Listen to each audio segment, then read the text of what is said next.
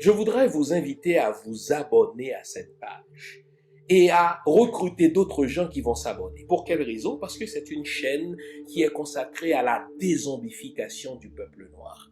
Vous savez, en ma qualité de théologien, d'historien et d'expert en management public, je décide de mettre toute mon énergie et toute l'équipe qui travaille avec moi décide aussi de mettre toute son énergie à la dézombification du peuple noir.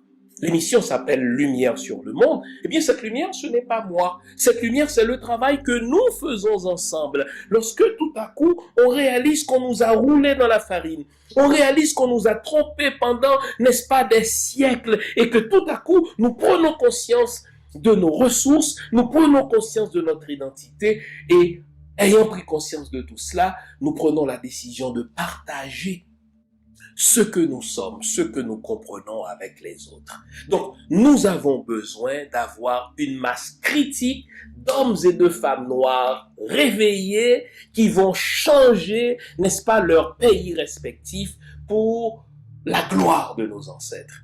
Nos ancêtres méritent cela. Ils se sont sacrifiés pour nous et c'est à nous aujourd'hui de prendre le relais. Comment on le fait? On le fait en se dézombifiant et en dézombifiant les autres. Je vous invite donc à liker ce qui se fait sur cette chaîne, à le sharer, à le partager avec les autres, à vous abonner et si vous l'avez fait déjà, à recruter d'autres qui vont s'abonner. On est ensemble, on garde le moral car tant que va le moral, tout va.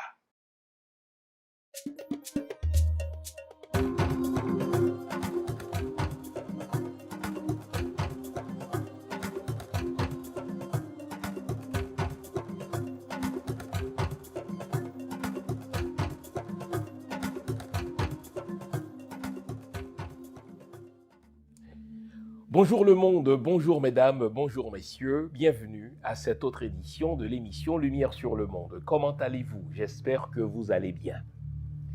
J'espère que vous passerez cette bonne heure avec nous, heure au cours de laquelle nous allons analyser la crise haïtienne. Je vous le dis, l'erreur à ne pas commettre, c'est de vous concentrer sur un arbre, c'est de vous concentrer sur une pierre, c'est de vous concentrer sur une rue, c'est-à-dire c'est de vous concentrer sur une facette de la crise tout en perdant la vue globale. Et mon rôle à cette chaîne, c'est de vous aider à capter l'image d'ensemble, c'est de vous aider à comprendre le portrait global de cette crise, de manière à vous éviter de sombrer dans ces distractions qu'on nous balance comme ça, comme de la viande rouge qu'on balance à des chiens sauvages. Au fait, j'insiste, c'est de la distraction tout cela, parce que ce que le Canada, ce que les États-Unis, ce que la France, bref, ce que les ambassadeurs étrangers qui sont accrédités à Port-au-Prince, ce qu'ils cherchent à faire, c'est de dépecer Haïti.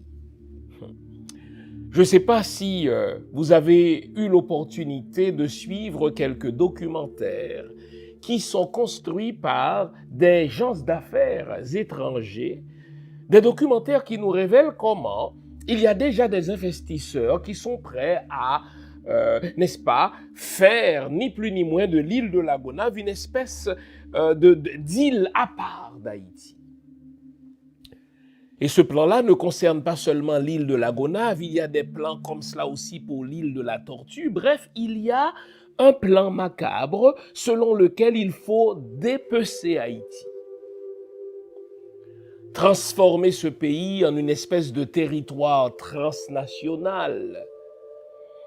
Territoire transnational à la tête duquel on retrouverait des dirigeants transnationaux, c'est-à-dire des ambassadeurs étrangers, qui seraient les véritables maîtres d'œuvre de ce pays, les véritables ordonnateurs de ce pays, et ils continueront, ces gens-là, à placer des politiciens véreux, des politiciens soi-disant nationaux, mais dont le rôle dans la mission consistera justement à suivre à la lettre l'agenda de ces dirigeants transnationaux.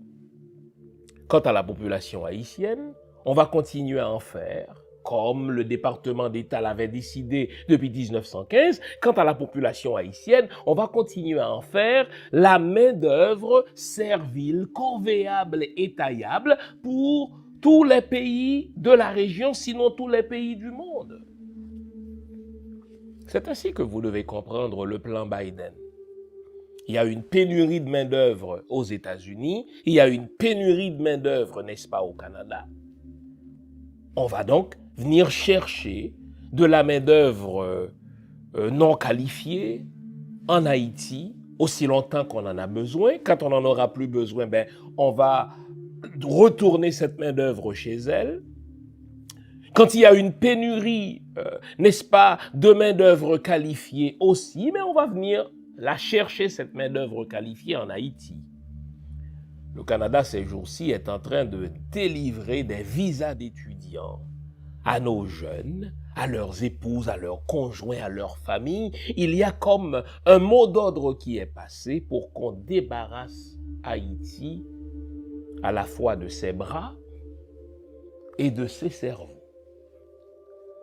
Et donc, le régime de sanctions du Canada, c'est tout simplement une distraction par laquelle distraction, le Canada se débarrasse d'anciens collaborateurs qui sont devenus trop embarrassants, d'anciens collaborateurs sur le compte desquels circulent trop de mauvaises nouvelles, mais on les enlève, on les sanctionne, on les ostracise pour les remplacer, ces collaborateurs-là, par de nouveaux collaborateurs plus dociles, non moins véreux, non moins corruptibles.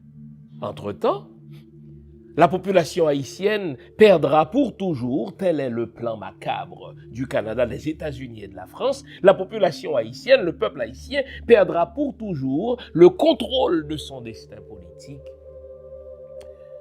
Et ce pays-là continuera d'être le théâtre d'élections bidons, d'être le théâtre d'élections frauduleuses, mais béni par l'OEA, béni par les Nations Unies, béni, comme toujours, par les ambassadeurs de ces pays-là. Vous notez, en 2010, malgré le fait que tout le monde était au courant qu'il y a eu une fraude massive, une fraude électorale massive, ça n'a pas empêché l'OEA de dire que ce sont de bonnes élections. Ça n'a pas empêché, n'est-ce pas, que les États-Unis, le Canada, la France, les Nations Unies, toujours les mêmes entités blanches malveillantes, ça ne les a pas empêchés de dire que les élections étaient bonnes, même si tout le monde savait alors, et tout le monde a su par la suite que c'était une fraude électorale massive. Donc je reprends le plan d'ensemble, et c'est ce que je vais développer avec vous. Le plan d'ensemble, le plan global du Canada, le plan global des États-Unis, le plan global de la France pour Haïti, c'est de dépecer le territoire haïtien, 27 000 km², et d'en faire, si vous voulez, des lots, des lotissements qui vont être gérés par des gens d'affaires, qui vont par exemple décider que l'île de la Gonâve devrait être le centre touristique de la région des Caraïbes. Mais cette île de la Gonâve serait dirigée par des gens d'affaires étrangers. On va décider par exemple que l'île de la Tortue serait sous le contrôle de tel autre consortium étranger. Et donc, chaque partie du pays sera vendue et gérée par des mains étrangères. Entre-temps, Haïti restera Haïti, en apparence. On continuera toujours à parler du pays d'Haïti. On continuera à parler de la capitale d'Haïti. On continuera à nous, n'est-ce pas, précipiter vers des élections bidons. Mais tout cela ne sera qu'apparence le plan véritable, c'est de dépecer le pays. Et pour qu'on ne comprenne pas toujours, on nous balance parfois quelques distractions. Depuis 3-4 mois maintenant, la distraction favorite du Canada, mais c'est le régime de sanctions. Mais reprenez la liste des sanctionnés. Reprenez la liste des anciens premiers ministres. Reprenez la liste des anciens présidents. Reprenez la liste des anciens politiciens qui sont sanctionnés par le Canada. Vous verrez qu'il y a un point commun. Ils sont tous d'anciens collaborateurs des États-Unis, de la France et du Canada, justement d'anciens collaborateurs que ces pays-là ont soutenus à bout de bras. Mais aujourd'hui, qu'ils sont devenus embarrassants, on les sanctionne, on les met de côté, de manière à aller chercher de nouveaux collaborateurs, mais qui ne seront nouveaux que de nom.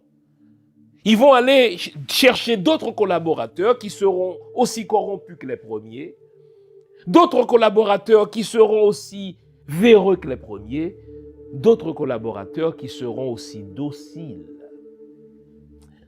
à la volonté diabolique de ces pays tuteurs. Entre-temps, la population haïtienne continuera à s'exiler. La population haïtienne continuera d'être utilisée comme la main-d'œuvre servile, taillable et corvéable à merci pour tous les pays de la région, parce que c'était ça depuis 1915, le plan du département d'État pour Haïti.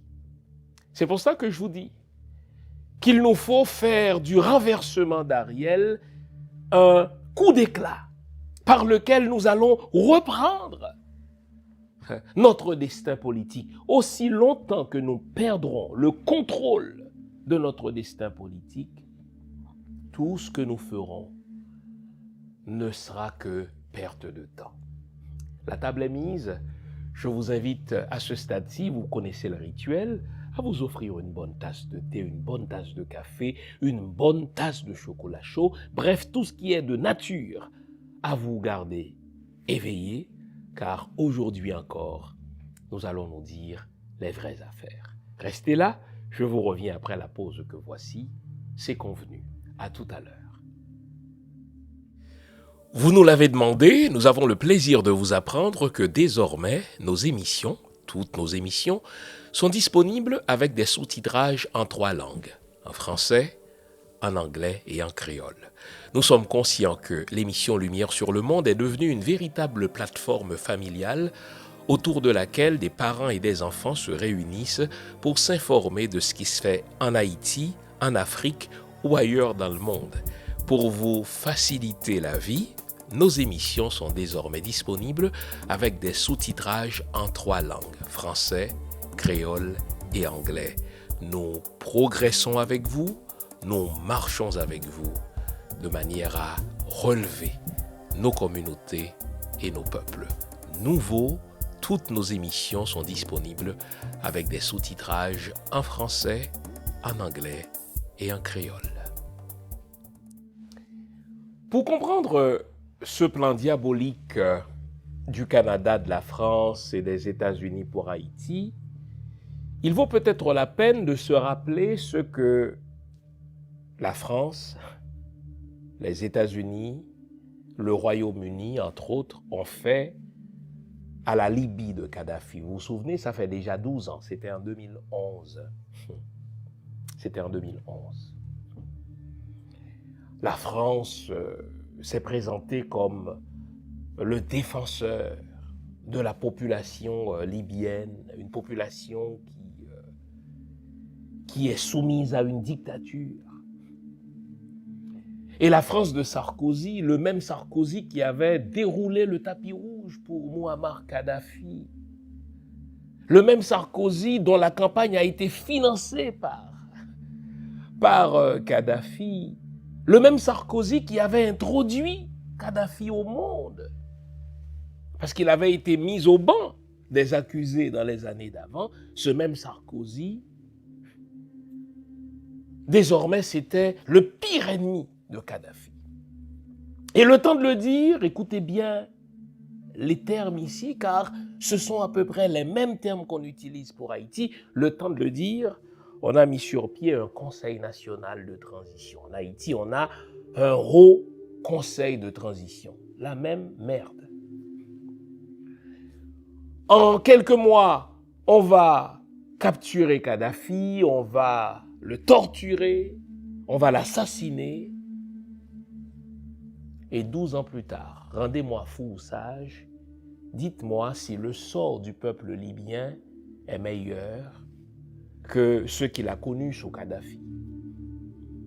Dites-moi, 12 ans plus tard, si la Libye est mieux gérée aujourd'hui qu'elle ne le fut sous Kadhafi.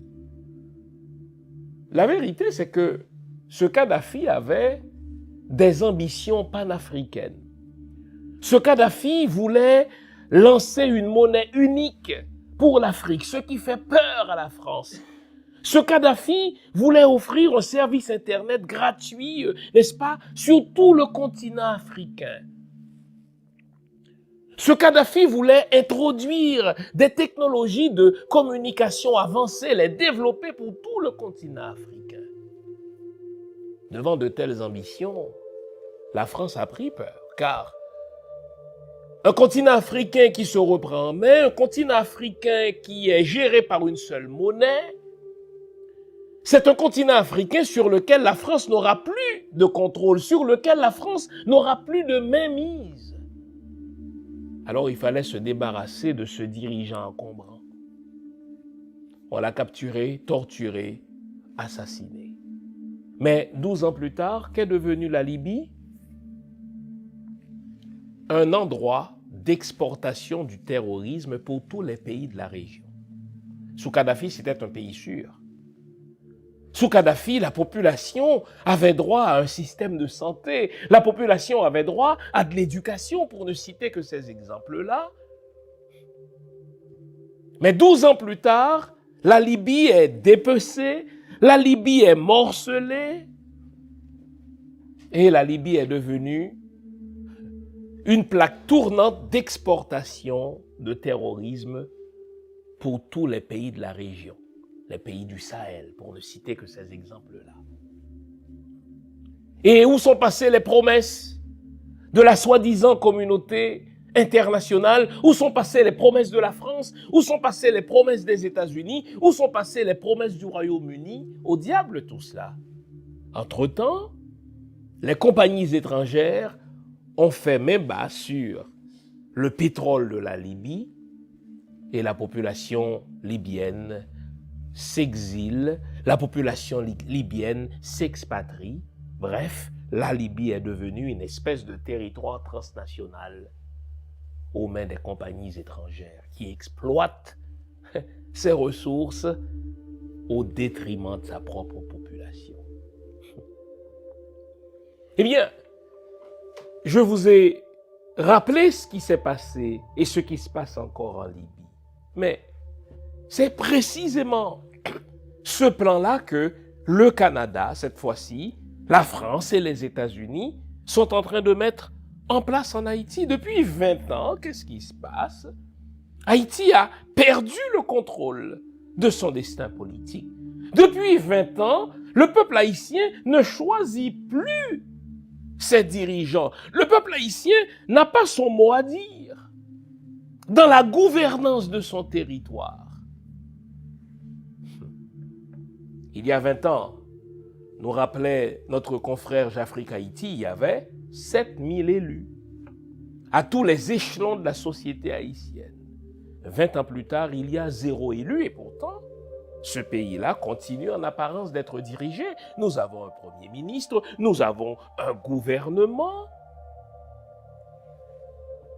mais des gens qui ne sont ni élus par la population haïtienne, des gens qui ne sont ni légitimés par la population haïtienne, mais que la communauté des nations malveillantes soutient à bout de bras. Des gens auxquels cette communauté-là tient mordicus. Si bien que lorsque vous réclamez leur démission, cette communauté des nations malveillantes vous dira « Ah ouais, mais vous savez, vous n'êtes pas assez inclusif. Vous n'êtes pas assez unis, vous ne dialoguez pas suffisamment. Et entre-temps, on veut nous précipiter vers des élections bidons. Et vous notez ce qui est en train de se mettre en place? La même chose qui s'est passée en Libye. En Libye, c'était le Conseil national de transition. Chez nous, c'est le Haut Conseil de transition. La même merde.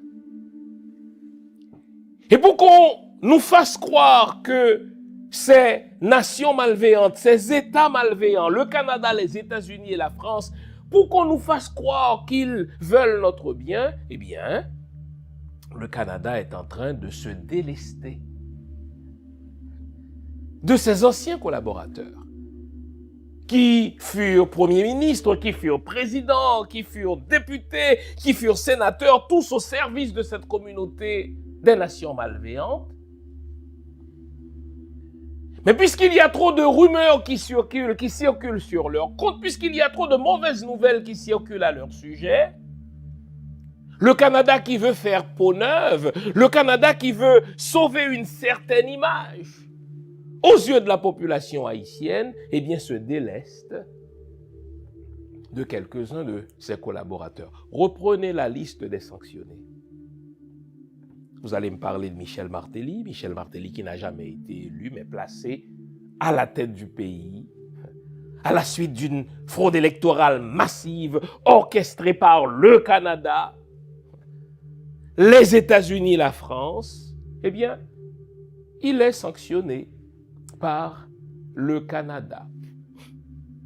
Mais entre-temps, les États-Unis disent: il vit chez moi, il a la citoyenneté américaine, il réside à Miami, je ne peux pas le sanctionner. Et on a avalé cette bêtise. Une nation qui ne peut pas sanctionner ses propres citoyens, mais qui est plus habile à sanctionner des étrangers. Vous y croyez, vous? Mais dans le concret, qu'est-ce qu'une sanction canadienne fait de tort à Michel Martelly? Aucun. Sinon qu'on lui envoie le message sibyllin qu'on ne veut pas de lui comme candidat aux prochaines élections. C'est réglé. On voit sur cette liste de sanctionnés 2 anciens premiers ministres. Un Laurent Lamotte qui se battait pour être candidat aux prochaines présidentielles. On a dit: ah mais non, on ne veut pas de lui. Pour toutes sortes de raisons, mais c'était un ténor du PHTK.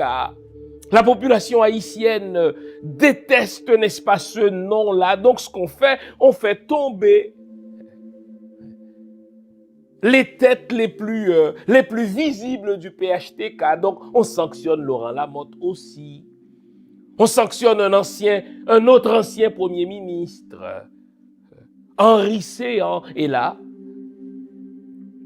sans compter les 2 sénateurs, dont le sénateur Lambert, qui, selon ses propres dires, fut au service de la communauté des nations malveillantes pendant plus de 30 ans, lui aussi il est sanctionné parce que lui, il voulait s'accaparer de la présidence pendant la transition au nom du fait qu'il était le président de ce qu'il restait du Sénat haïtien, lui aussi sanctionné, Yuri Latortue sanctionné.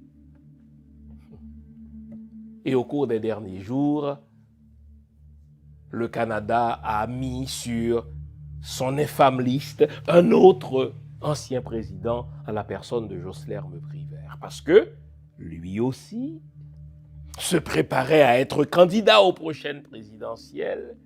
Lui aussi commençait à sonder le terrain, il commençait à aller chercher des appuis pour se lancer en campagne. La communauté des nations malveillantes dit non, on l'a déjà eu, on ne veut plus le revoir. Et une bonne façon de le lui faire comprendre, c'est de l'inscrire lui aussi sur la liste infâme des sanctionnés. Déjà, il y a quelque chose d'insultant, il y a quelque chose, n'est-ce pas, d'indignant. Pour tout patriote, le fait que ce soit ces mêmes nations tutrices, ces mêmes États déstabilisateurs d'Haïti, ces mêmes États dépeceurs d'Haïti, il y a quelque chose donc qui nous indigne en tant que patriotes, que ce soit ces mêmes pays-là qui sanctionnent d'anciens collaborateurs. La vérité, c'est que ce que le Canada est en train de sanctionner sont d'anciens collaborateurs qui, jusqu'à tout récemment encore, collaboraient au projet du Canada. Je vais vous parler de ce compromat de Sébastien Carrière, ambassadeur du Canada accrédité à Port-au-Prince. Je vous l'ai dit mercredi dernier, jusqu'au mois de novembre dernier, Sébastien Carrière prenait un café avec l'ancien président Jocelyn Privert, il l'invitait à manger chez lui et ce dernier l'invitait à son tour à déjeuner en sa résidence privée. Et puis, oups, comme ça. Comme un magicien qui sort un lapin de son chapeau, Sébastien Carrière, ambassadeur du Canada à Port-au-Prince, sanctionne Jocelyn Privert. Il y a lieu de se demander, mais si le Canada a de bonnes raisons de sanctionner Jocelyn Privert, il faut se demander, mais depuis quand le Canada était au courant de ces rumeurs-là? Depuis quand le Canada était au courant de l'accointance de Jocelyn Privert avec les gangs? Parce qu'il y a quelque chose en relations internationales qu'on appelle un compromat. Un compromat, c'est lorsqu'un diplomate étranger se trouve dans une situation embarrassante, lorsqu'un diplomate, par son indélicatesse, par son imprudence, place son pays dans une situation, ma foi, gênante. Et c'est le cas de Sébastien Carrière pour le Canada. Le Canada qui semble se faire passer comme Mr. Clean. Le Canada, mon œil, qui se fait passer pour le pays qui ne transige pas avec les politiciens qui sont trempés dans la corruption, avec les politiciens qui sont trempés dans la violence, je veux bien. Mais si tel est le cas, ce que le Canada reproche à Jocelyn Privert, depuis quand le sait-il? Depuis quand Sébastien Carrière savait-il qu'il y avait toutes sortes de rumeurs, exemple, sur la proximité de Jocelyn Privert avec certains gangs? Vous l'aurez remarqué, on a changé notre site web. Sur le site web, vous trouverez plusieurs onglets. L'onglet Accueil vous souhaite la bienvenue et tout de suite après, vous tombez sur l'onglet Biographie. Alors là, vous avez une idée des études que j'ai faites. Ensuite, vous avez l'onglet Boutique. Dans l'onglet Boutique, vous trouverez mes livres. Jusqu'à présent, j'en ai écrit 14. Toujours dans la boutique, vous aurez aussi accès au type de formation que j'offre, soit à des individus ou à des entreprises. Vous avez aussi l'onglet événements. À l'onglet événements, on vous dit ce que je fais, où je le fais et quand je le fais. Comme ça, si je présente une conférence quelque part, si je donne une formation quelque part, vous le savez. Mais ça, c'est à venir. À l'onglet articles, vous avez accès à quelques-uns des articles que j'ai fait paraître sur moult sujets.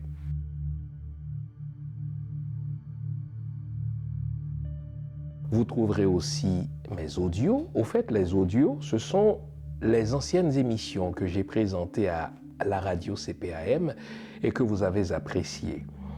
Ce sont des émissions que j'ai présentées sur toutes sortes de sujets allant de la spiritualité à la mystique, de la mystique à la religion, en particulier la religion chrétienne, le judaïsme et un petit peu d'islam aussi. Donc vous trouverez de tout cela.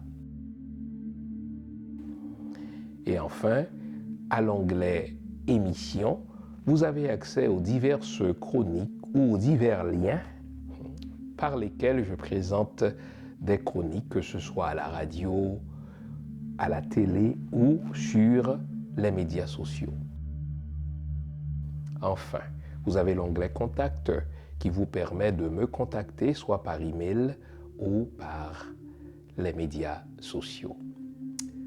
Le nouveau site de Jean Fils-Aimé, c'est le vôtre. Servez-vous-en.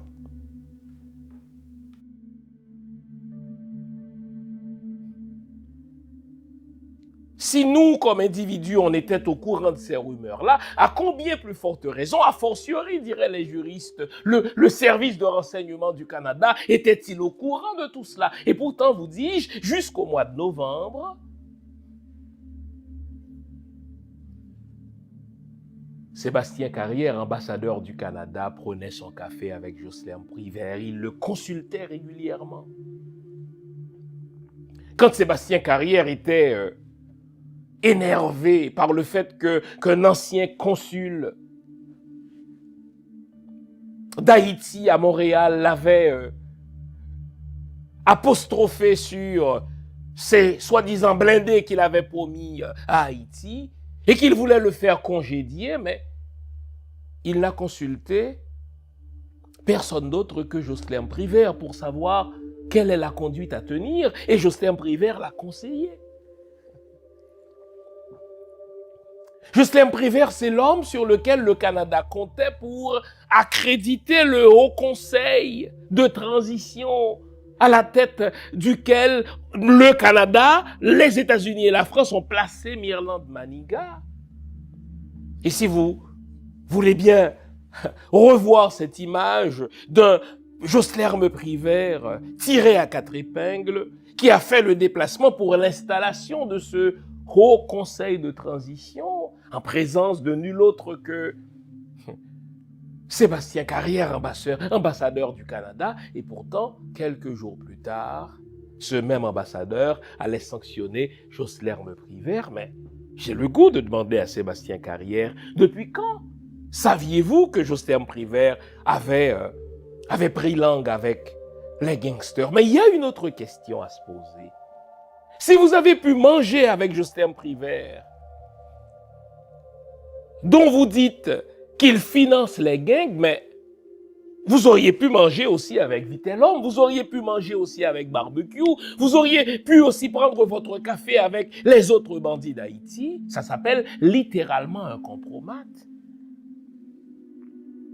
Les mauvaises compagnies corrompent les bonnes mœurs. Si vous dites que Jocelyn Privert finance les gangs, et pourtant, vous continuez à manger avec lui, mais c'est que d'une certaine manière, vous aussi, pouvez être accusé d'association de malfaiteurs.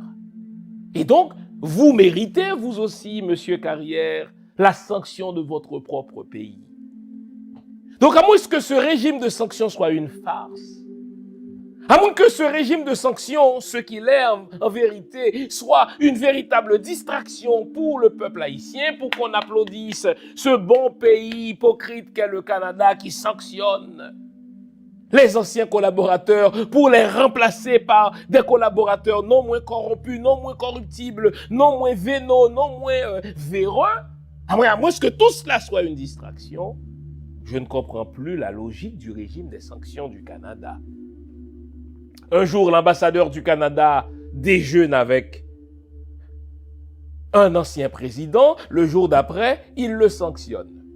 Un jour, l'ambassadeur du Canada sollicite la consultation de l'ancien président d'Haïti. Le jour d'après, il le sanctionne. Un jour, il lui demande d'avaliser le Haut Conseil de transition en vue de conduire la population haïtienne vers des élections bidons. Le jour d'après, il le sanctionne. La vérité, je vous le dis, c'est qu'il y avait un deal. Il y avait une entente entre le Core Group et Jocelyn Privert. On disait qu'il a géré une transition pendant 1 an et il y a eu apaisement. Qu'il a géré, n'est-ce pas, des élections qui ont conduit Jovenel Moïse au pouvoir, et il n'y a pas eu un seul pétard pendant ces élections-là. Donc, on le faisait passer comme celui qui pourrait apporter ce fameux apaisement à la population haïtienne. Et donc, il y a eu un deal, il y a eu une entente entre l'ambassadeur du Canada et Joslerme Privert, avaliser le HCT, n'est-ce pas? Soyez, si vous voulez, un supporter d'Ariel Henry et on fera de vous le prochain président d'Haïti. Et il y croyait.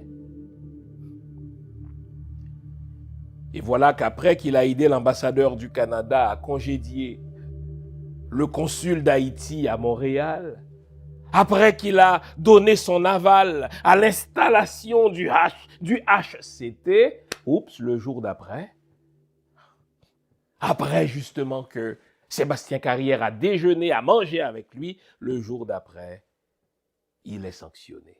Alors, en langage diplomatique, dans le langage des relations internationales, Sébastien Carrière est pris dans un compromat.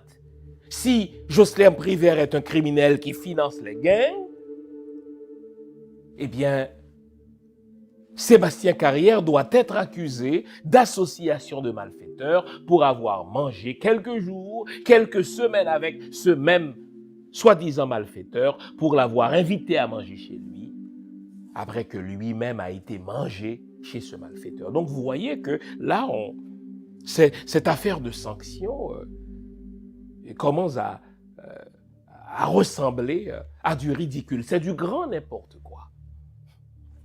Mais ce n'est pas seulement le régime de sanctions du Canada qui est du grand n'importe quoi. Si vous allez sur le compte Twitter de l'ambassadeur Carrière, si vous vous référez au plan du Canada pour résoudre la crise en Haïti, le Canada dit que notre plan à nous, comme Canada, repose sur 4 points. Quel est ce premier point pour résoudre le problème de l'insécurité en Haïti? Eh bien, nous allons y aller avec un régime de sanctions. Nous allons sanctionner les politiciens, nous allons sanctionner les hommes d'affaires qui financent l'insécurité en Haïti. Fine. Depuis que le Canada a sanctionné Martelly, depuis qu'il a sanctionné Lamotte, depuis qu'il a sanctionné Lambert, depuis qu'il a sanctionné que sais-je encore, est-ce que l'insécurité a baissé en Haïti? Pas du tout.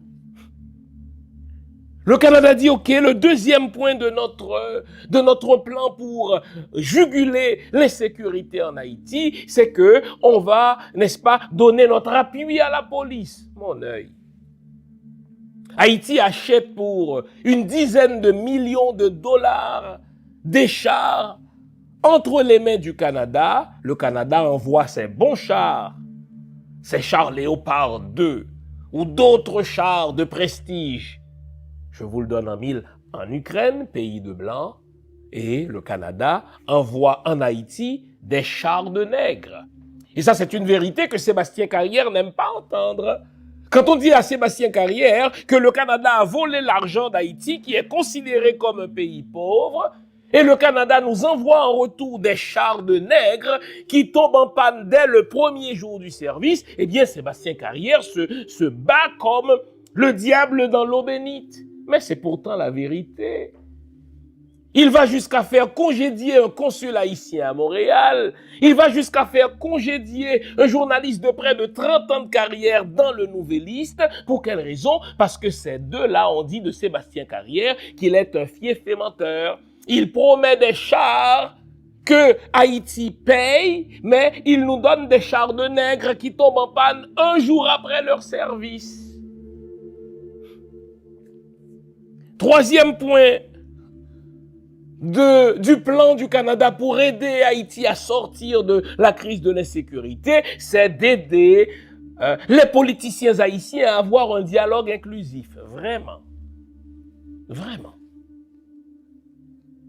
Montana est allé très loin dans le dialogue inclusif.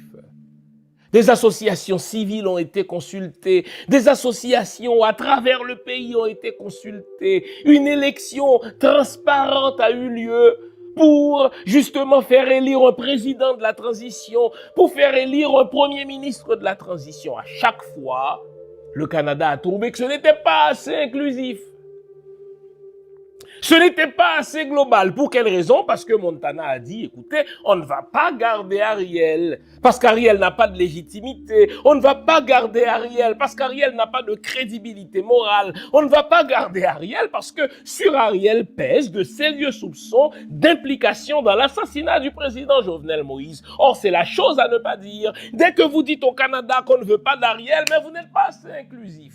Et ironie du sort, sans rire, le Canada donne sa bénédiction au HCT, le Haut Conseil de transition au sein duquel on retrouve 3 ou 4 personnes.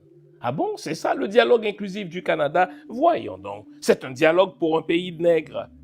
Et enfin, le Canada dit, moi, pour résoudre le problème de la sécurité en Haïti, de 1, on va sanctionner, de 2, on va donner notre appui à la police, de 3, on va aider les Haïtiens à avoir un dialogue inclusif, et de 4, on va donner de l'aide humanitaire. Quelle gang de menteurs! Avez-vous entendu la réponse que l'ambassadeur Carrière avait faite à un journaliste haïtien qui lui avait demandé, ok, d'accord, vous êtes en train de sanctionner d'anciens politiciens haïtiens, d'anciens oligarques qui ont beaucoup d'argent et qui ont des investissements chez vous aux États-Unis, fine, vous allez faire geler leur compte bancaire. Mais cet argent-là, est-ce que vous allez le retourner à l'État haïtien? Sébastien Carrière a eu le culot de blanc, le culot de raciste de dire, mais non, on va pas retourner cet argent à Haïti, même si l'argent appartient aux Haïtiens, on va le garder chez nous et on va vous donner de l'aide humanitaire. Vous savez comment ça s'appelle, monsieur Sébastien Carrière? Ça s'appelle du vol. Ça s'appelle voler à un pauvre. Ça s'appelle, en bon haïtien, voler un morceau de cassave entre les mains d'un pauvre. Vous dites qu'Haïti est un pays pauvre qui mérite de l'aide humanitaire. Vous dites sanctionner des oligarques et des politiciens qui ont détourné de l'argent public d'Haïti. Et plutôt que de retourner ça à un État d'Haïti éventuel, vous dites non, le Canada va garder ça. Et c'est pour ça que le Canada avait fermé les yeux sur l'investissement de 6 ou 7 millions de dollars d'un Ronnie, du sénateur Ronnie Célestin, qui avait acheté cash comme ça 2 ou 3 résidences de plusieurs millions pour sa femme et ses fils à Montréal. La chose avait fait scandale. Dans un grand quotidien québécois, le Canada n'a pas réagi sous prétexte que c'était un investissement privé et que le Canada n'a pas n'est-ce pas, à mettre son nez dedans. Mais quand est venu le temps de sanctionner Ronnie Célestin, mais on a mis la main sur cette maison-là et on a dit, mais tiens, qu'est-ce que vous allez faire de l'argent? Non, on va le garder. Mais ça s'appelle voler, monsieur Sébastien Carrière. Maintenant, posons-nous la question. C'est le temps des bilans. Ça fait 4 mois ou un peu plus que le Canada sanctionne. Vous dites avoir un plan en 4 points pour juguler le problème d'insécurité en Haïti. Régime des sanctions, pas vrai? Appui à la police avec des chars de nègres, n'est-ce pas? Aider au dialogue inclusif des politiciens haïtiens. Et 4e, donner de l'aide humanitaire. Ça fait 4 ou 5 mois. Je vous pose la question, monsieur Sébastien Carrière, est-ce que l'insécurité a baissé d'un poil en Haïti? Est-ce que l'insécurité a baissé d'un cran en Haïti? Nullement. Alors, à cette question, qu'est-ce que le Canada est en train de faire? Le Canada est en train de se foutre de la gueule des Haïtiens, rien de moins. Nouveau, bonne nouvelle, toutes les émissions Lumière sur le monde se trouvent désormais en mode podcast. Cela veut dire que vous pouvez continuer à vaquer à vos occupations tandis que vous nous écoutez. Où que vous soyez, dans votre voiture, à l'épicerie, au travail, en faisant vos courses ou à la maison. Toutes les émissions Lumière sur le monde en français et en créole sont en mode podcast. Vous les trouverez sur Apple Podcast, Spotify, Podcast Index, Google Podcast, Amazon Music, Stitcher et les autres. Nous sommes partout en mode podcast. Il n'en tient qu'à vous. Nouveau, bonne nouvelle, Lumière sur le monde est en podcast.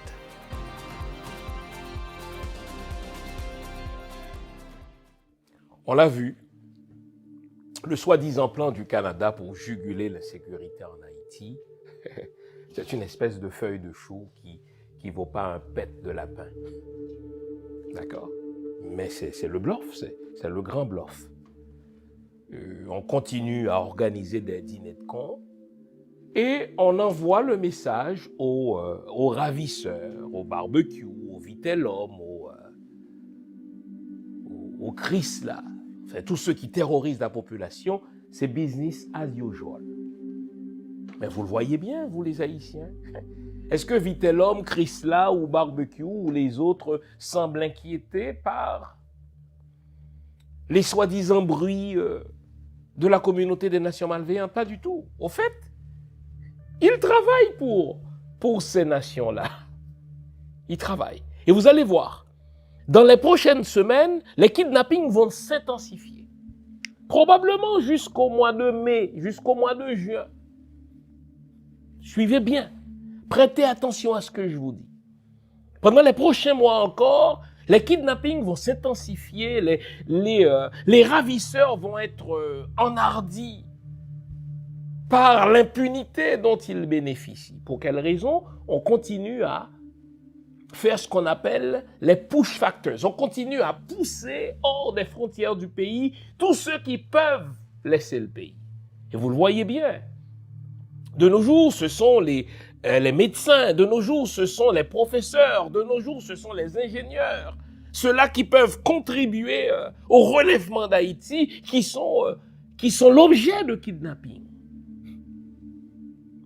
Et généralement, lorsqu'ils sont libérés par leurs ravisseurs, la première décision qu'ils prennent, c'est de quitter le pays. Ça fait aussi partie du plan. Ça s'appelle justement le push factor. On est en train de pousser le derrière de tous ceux qui veulent quitter. On est en train de leur botter le cul pour qu'ils laissent le pays. Ça, c'est pour les cadres.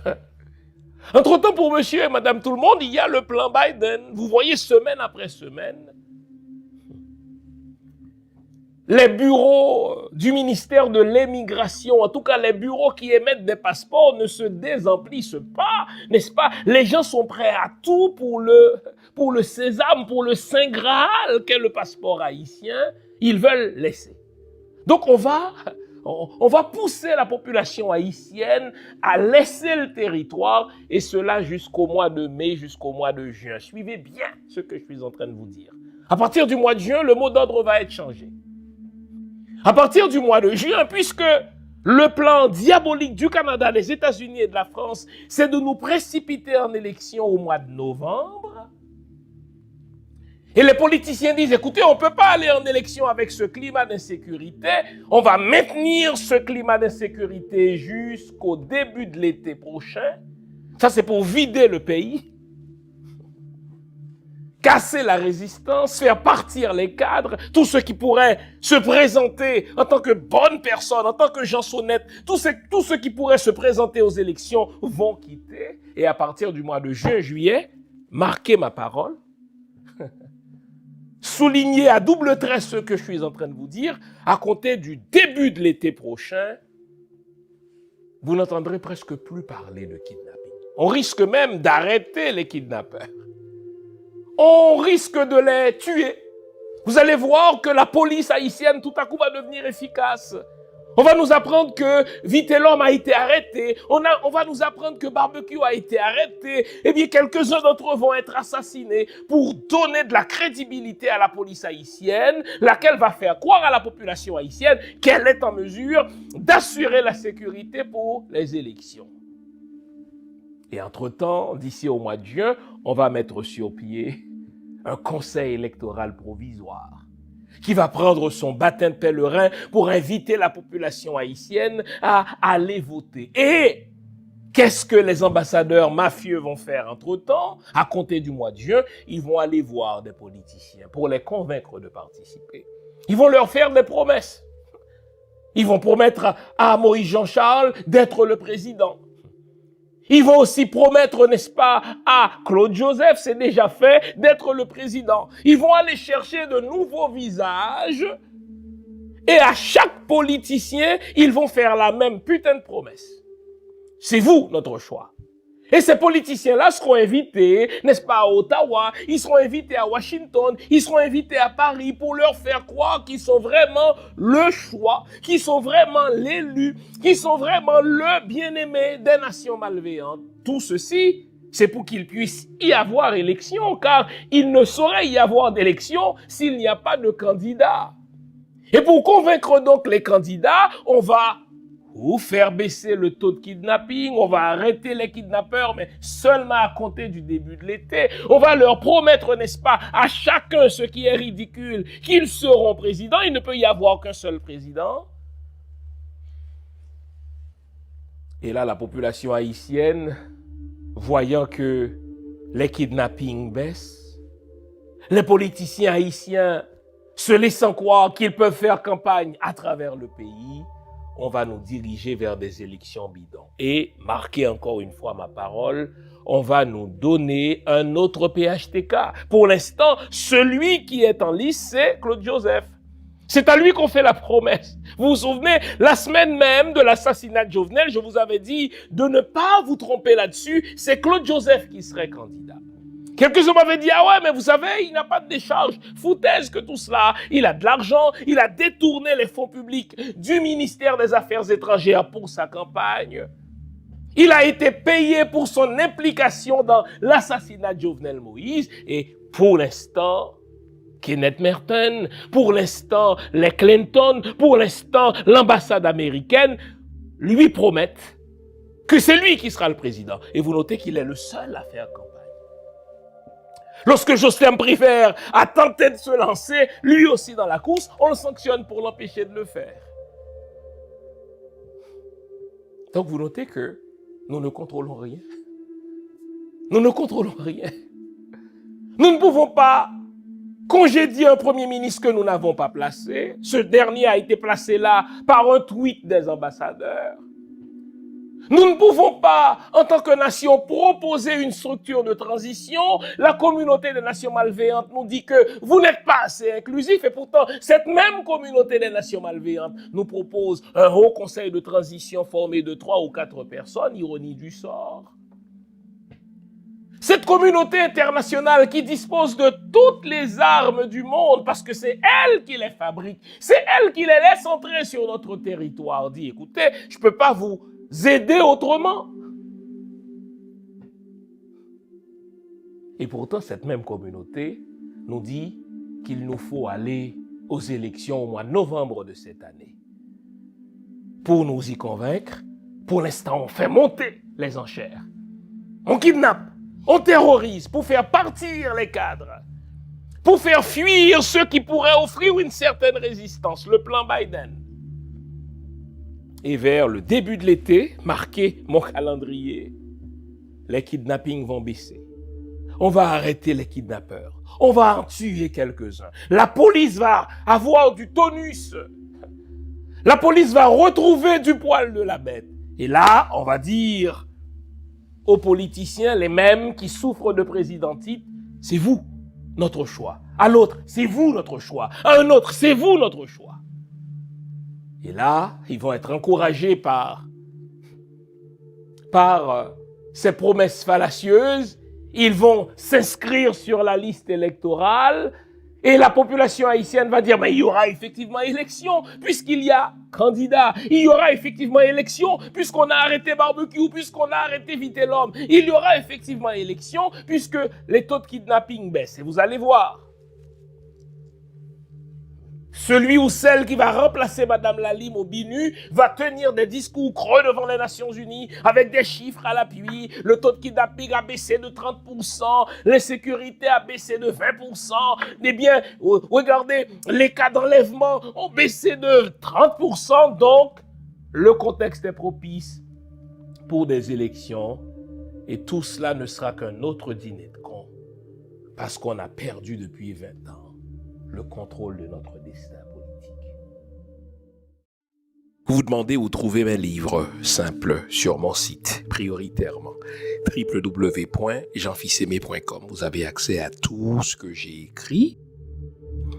Où que vous vous trouviez dans le monde, nous livrons partout où c'est possible. Vous pouvez aussi avoir accès à mes livres par amazon.ca.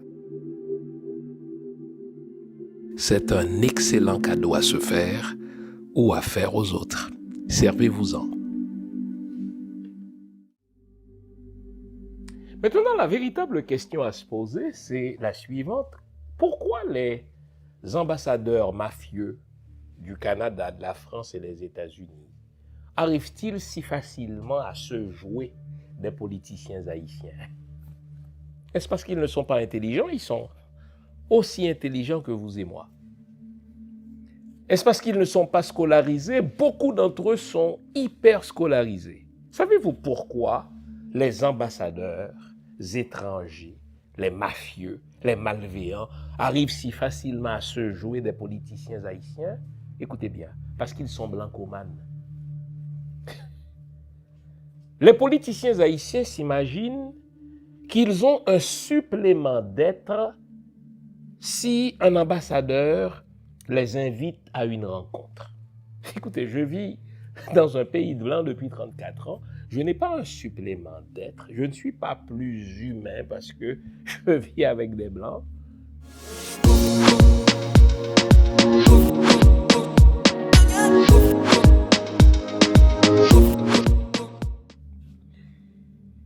C'est à cause de cette blancomanie que le blanc qui mange avec vous aujourd'hui vous sanctionne demain. C'est à cause de cette blancomanie que le même blanc qui avait fourré Mirland Maniga il y a à peine 11 ans, le même blanc qui l'avait baisé sans ménagement, 11 ans plus tard, la baise encore. Aussi longtemps que les politiciens haïtiens ne sont pas conscients de leur blancomanie, du fait qu'ils s'imaginent manquer de quelque chose s'ils n'ont pas leur blanc à eux. Le fait qu'ils savent que le blanc est menteur, mais ils continuent à se faire mentir, à se faire promettre, n'est-ce pas, toutes sortes de balivernes, aussi longtemps que le politicien haïtien demeurera aussi blancomane. Le plan diabolique du Canada et de la France et des États-Unis pour Haïti restera intact. Donc pendant que je dénonce le plan diabolique de ces nations malveillantes, je dois fouetter aussi, mon Dieu, je dois dénoncer avec plus de vigueur, plus de rigueur encore, la blancomanie de nos politiciens. Mais c'est aussi la blancomanie des élites haïtiennes. Le gars est hyper scolarisé, il est PhD, il détient combien de maîtrises, il a fait des études sérieuses à l'étranger, mais on lui envoie n'importe quel petit pisseur. Pourvu que ce soit un étranger, on lui envoie n'importe quel petit pisseur, pourvu que ce soit un blanc. Il est prêt à offrir à ce blanc sa mère ou sa fille. Parce que être avec un blanc confère, dans la tête du politicien, confère un supplément d'être. Nous devons résoudre ce problème. Nous devons nous guérir de ce mal. Donc, pourquoi ces blancs malveillants se moquent si facilement de nous? Pourquoi les blancs malveillants ont-ils la tâche si facile? Ce n'est pas à cause de la population haïtienne, c'est parce que les élites haïtiennes, la classe politicienne haïtienne, les élites intellectuelles aussi, les élites économiques, ce sont des élites blancomanes. Chacun a son petit blanc qui lui ment. Chacun a son petit blanc qui le baise. Chacun a son petit blanc qui le fourre, sans ménagement. Dès qu'un petit employé du département d'État vous invite à une rencontre à l'ambassade, dès qu'un petit employé de l'ambassade de France ou n'importe quel petit employé de l'ambassade du Canada vous invite à une rencontre, bon Dieu, vous êtes prêt à abandonner tout autre rendez-vous pour vous rendre à ce rendez-vous de blanc, pour que vous puissiez dire « m'te là tout », mais pourtant m'te là tout. Blanc et lime. Putain de flatteur. Putain de blancomane. Mais vous savez surtout pourquoi le blanc arrive si facilement à se jouer de nous? Parce que la population haïtienne se cherche encore un leader. C'est ça le problème. La population haïtienne ne s'identifie pas aux leaders qui sont sur le terrain. La population haïtienne ne se reconnaît pas dans le discours ni dans la posture des politiciens qui sont sur le terrain. Elle se cherche encore, la population, un leader, un vrai. Vous vous souvenez de 90? Est-ce que vous vous en souvenez? Le blanc n'avait pas le choix que de laisser la population haïtienne choisir et imposer son président, parce que c'est la majorité des Haïtiens qui se sont identifiés à ce leader-là. On l'aime ou on l'aime pas. Il a sûrement commis des erreurs. Il a commis des bêtises, c'est vrai. Mais depuis Jean-Bertrand Aristide, la population haïtienne se cherche un leader. Et c'est ce vide-là que le blanc comble. La population haïtienne n'est ni abrutie, elle n'est ni complètement zombifiée, elle est en quête de quelqu'un en qui il puisse croire, de quelqu'un à qui elle puisse s'identifier. La population haïtienne est en quête d'un politicien crédible, d'un politicien qui a la posture qu'il faut, d'un politicien véritablement patriote, et non pas quelqu'un qui se cherche une job.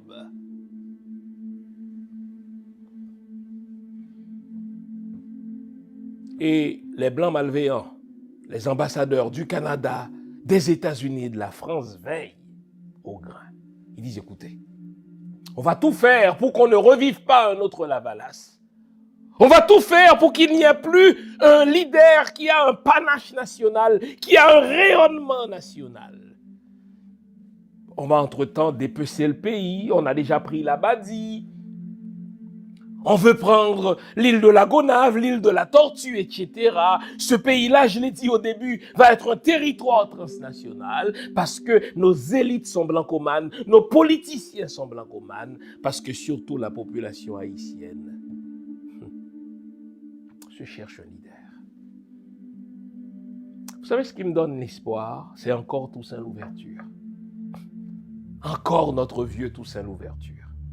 Cet homme qui était tellement en avance sur son temps.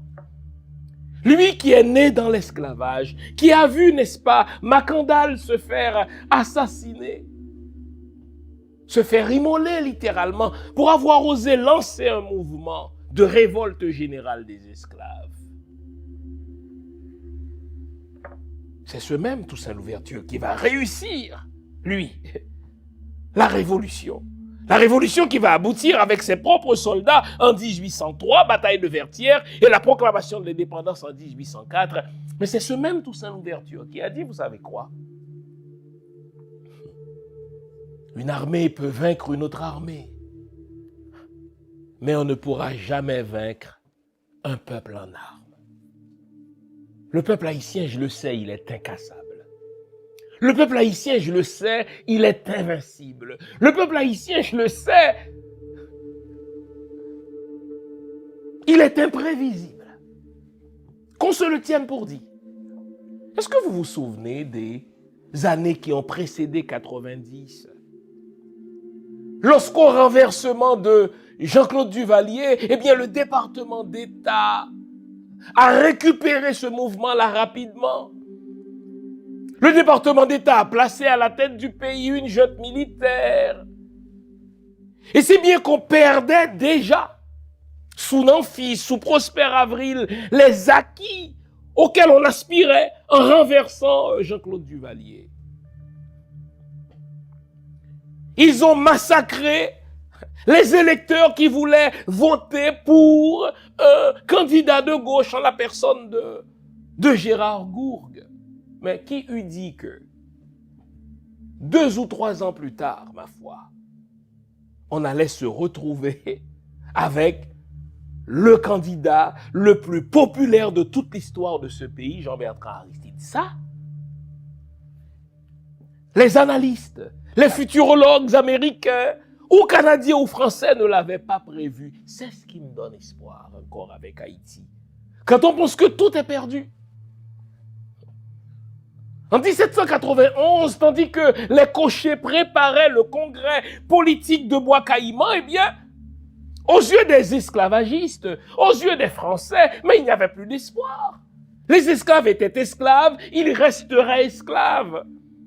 Les Blancs ne venaient-ils pas de tuer dans le sang la tentative de révolte des affranchis?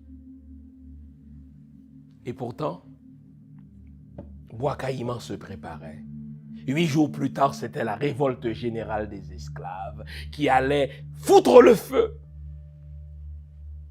dans, si vous voulez, la plantation de l'esclave pour libérer ces 450 000 esclaves et les conduire à l'indépendance le 1er janvier 1804.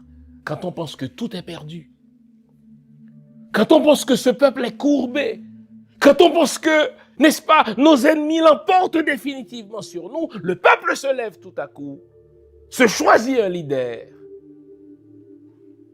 qui le conduit à la victoire. De Makanda à Boukman, de Boukman à l'ouverture, de l'ouverture à Dessalines. Rappelez-vous ceci. Quand on pense que tout est perdu, le peuple haïtien se réserve toujours des soldats. Il se réserve toujours, n'est-ce pas, des leaders. Il se réserve toujours des libérateurs que l'ennemi n'avait pas prévus. Voilà ce qui me donne de l'espoir. On peut vaincre une armée, disait Toussaint Louverture, mais on ne saurait vaincre un peuple en armes. Restons vigilants. Ne nous laissons pas égarer par les distractions du régime de sanctions du Canada. Restons concentrés. Identifions nos ennemis, identifions nos faiblesses. Et surtout, gardons espoir sur la base de notre histoire. Car, peuple haïtien, nous sommes incassables, nous sommes invincibles. Le jour viendra où la population haïtienne s'identifiera à un leader. Le jour viendra où un leader se lèvera pour défier les Blancs malveillants et pour reprendre le contrôle et le destin politique de ce pays. J'espère vous avoir été utile. On garde le moral. Moi, je garde le moral. Car tant que on garde le moral, tant que va le moral, tout va. Hein? Merci de votre support. Continuez à vous procurer ce livre de Toussaint Louverture. Question de vous ressourcer à même votre histoire. Une histoire palpitante, une histoire édifiante. Et rappelez-vous ceci, s'il est une chose que nous devons retenir de l'histoire d'Haïti, c'est que le peuple haïtien est invincible, il est incassable et il est imprévisible. Au moment où l'on s'y attend le moins, le peuple haïtien se donne un nouveau leader qui le conduit à un nouvel épisode. Merci de votre écoute, bonne semaine. À la semaine prochaine. Au revoir.